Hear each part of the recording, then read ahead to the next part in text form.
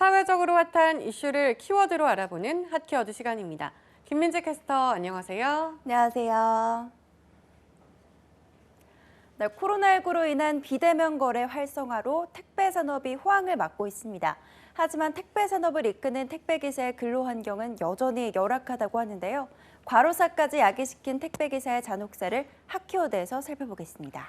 네, 코로나19가 진행이 되면서 우리나라는 더더욱 택배 왕국이 되어가고 있는데요. 이 택배 시장이 엄청나게 발전을 하고 있죠. 네, 발전하고 있습니다. 우리 국민 한 사람당 1년에 택배를 얼마나 이용하는지 그 변천사를 알아보면 비대해진 택배 산업의 오늘을 살펴볼 수 있는데요. 2000년엔 2.4회에 불과했던 택배 이용 건수가 지난해엔 53.8회로 20년 사이 20배 넘게 급증한 걸로 나타났습니다. 코로나19로 인해 규모도 올해 들어 더 커졌는데요. 지난해엔 약 27억 9천만 박스였던 택배 물동량이 올해는 30억 6,800만 박스에 달할 걸로 추산을 하고 있습니다. 이로 인해 2018년엔 5조 4천억 원이었던 택배 시장이 올해는 7조 원에 달할 걸로 추정하고 있는 상황입니다. 그런데 이렇게 택배 시장은 발전을 하고 있는데 택배 기사에 대한 처우는 여전히 열악하다는 게 지금 택배 산업의 가장 큰 문제인 것 같은데요. 네, 맞습니다. 얼마 전 전국 택배연대 노동조합은 과로사로 추정되는 택배 업무 종사자의 사망이 올해에만 13건에 이른다고 밝혔는데요. 이번 달에만 3명이 사망했을 정도입니다. 이로 인해 택배 업무 종사자들의 처우 개선이 시급하다는 목소리가 커지고 있는 상황입니다. 네, 올해만 13건이라니 정말 심각한데요. 그런데 이러한 택배 기사의 과도한 업무가 수면 위로 떠오르는 건 어제 오늘 일이 아니잖아요. 네, 그렇죠. 특히 이른바 까대기라고 불리는 분류 작업은 택배 기사의 업무를 더 가중시키고 있는 원인으로 손꼽히고 있는데요. 분류 작업은 택배 기사가 택배를 운송하기 전에 자신이 맡을 택배를 찾아내서 그걸 택배 차량에 싣는 일을 의미합니다. 일반적으로 택배 기사는 오전 7시부터 늦게는 오후 2시까지 분류 작업을 하는데요. 배송 업무뿐만이 아니라 이 분류 작업에까지 많은 시간이 소요되다 보니 업무 부담이 더 가중되고 있다고 합니다. 그런데 문제는 택배 기사에게 떨어지는 수수료는 배송 건당으로만 받기 때문에 이러한 분류 작업에는 추가 수당이 붙지 않는다는 겁니다.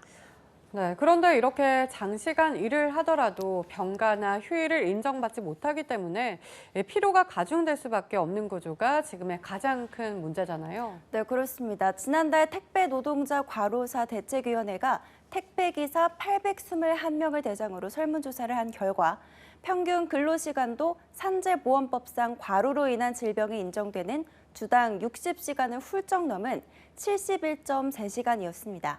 택배기사들은 건당 수수료를 받지만 자신이 맡은 구역의 배송 업무는 반드시 기일 안에 마쳐야 하는 게 원칙인데요. 이 때문에 아프거나 피치 못하게 일을 할 수 없는 상황이 발생해도 자신을 대체할 수 있는 인력이 없으니 무조건 출근을 해야 하고 아무리 택배 물량이 많아도 모두 일을 마쳐야만 합니다. 그래서 업무 피로도는 더 쌓일 수밖에 없는데요. 또 택배 노동사 과로사 대책위가 실시한 설문조사에서 응답자 45.2%는 업무 중 상해를 입은 적이 있다고 밝혔을 정도입니다. 하지만 무거운 택배들을 싣거나 배송하는 과정에서 다치더라도 제대로 보상을 받을 수 없는 것이 현실이죠. 네, 택배 기사들은 대다수가 회사의 직원으로 속하지 않고 자신이 사업자 등록증을 내고 일을 하는 이른바 특수고용 노동자들이잖아요. 하지만 이러한 특수고용 노동자도 이 산재보험을 법적으로 보장받을 수 있다고 알고 있는데 이런 산재보험 제도도 제대로 적용이 안 되고 있던 걸까요? 네, 그렇습니다. 일부 악덕 사업주의 경우 산재보험이 적용되지 않는 계약서에 서명을 강요하기도 한다고 합니다.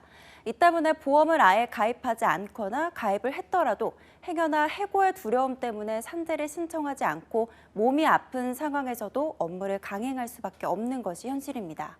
이러한 현실에는 택배 산업의 고질적인 하청 구조가 원인이라는 지적이 많은데요. 통상 택배 산업은 이 본사와 개인 사업자의 대리점 간의 계약으로 운영이 됩니다. 그러니까 택배 기사는 택배 회사 자체가 아니라 대리점과 계약을 맺게 되는 거죠. 이때 택배 기사들은 대리점에 보증금이나 권리금을 지불해야 하는데 터무니없는 수수료를 요구하는 대리점도 허다하다고 합니다. 심지어 배송을 할 택배 상자를 내리고 트럭에 실을 때 하차비를 요구하는 대리점까지 있을 정도라고 하는데요. 여기에 과도한 배송 업무까지 택배 기사들에게 요구하는 경우도 상당수입니다.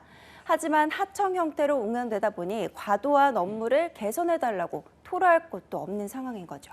네, 결국 비효율적이고 정상적이지 못한 하청 구조가 택배기사의 업무를 가중시키는 결정적인 원인이 된 것 같습니다. 더구나 최근엔 택배 물량이 폭증을 하면서 늘어난 업무를 감당하지 못하는 경우도 많아졌을 텐데 상황은 개선되지 않아 지금과 같은 문제를 촉발시킨 것 같고요. 네, 그렇죠. 이 때문에 최근 택배기사들은 파업이나 집회를 통해 택배 업무 시스템의 개선을 요구하고 있는 상황인데요. 여론이 악화되자 한진, 롯데글로벌로지스, CJ 대한통운과 같은 주요 택배회사에선 속속 택배기사에 대한 추가 지원을 약속하겠다는 발표를 내놓은 상황입니다. 한진의 경우 택배기사 과로사 방지 대책의 일환으로 다음 달 1일부터 오후 10시 이후 심야 배송을 중단하고 미배송 물량은 다음 날 배송하겠다고 밝혔는데요. 또 롯데글로벌로지스도 분류 인력 1,000명을 단계적으로 투입해서 택배기사의 업무를 줄이겠다는 계획입니다. 업계 1위인 CJ 대한통운도 분류 작업에 4,000명의 인력을 투입하겠다고 발표를 했는데요. 하지만 하청의 하청으로 이어지는 고용 시스템과 산재, 병가 효율에 대한 개선이 이루어지지 않으면 열악한 업무 문제는 해결되지 않을 거라며 택배 노조 측은 보다 근본적인 개선 방안을 요구하고 있는 상황입니다. 네, 택배 시장의 7조 원까지 성장을 했지만 산업의 핵심 인력인 택배기사의 상황은 여전히 열악해 보입니다. 택배 산업이 보다 발전적인 방향으로 나아가기 위해선 하루빨리 이들에 대한 대책이 마련되어야 할 것입니다. 지금까지 핫케어드 김민재 캐스터였습니다. 고맙습니다.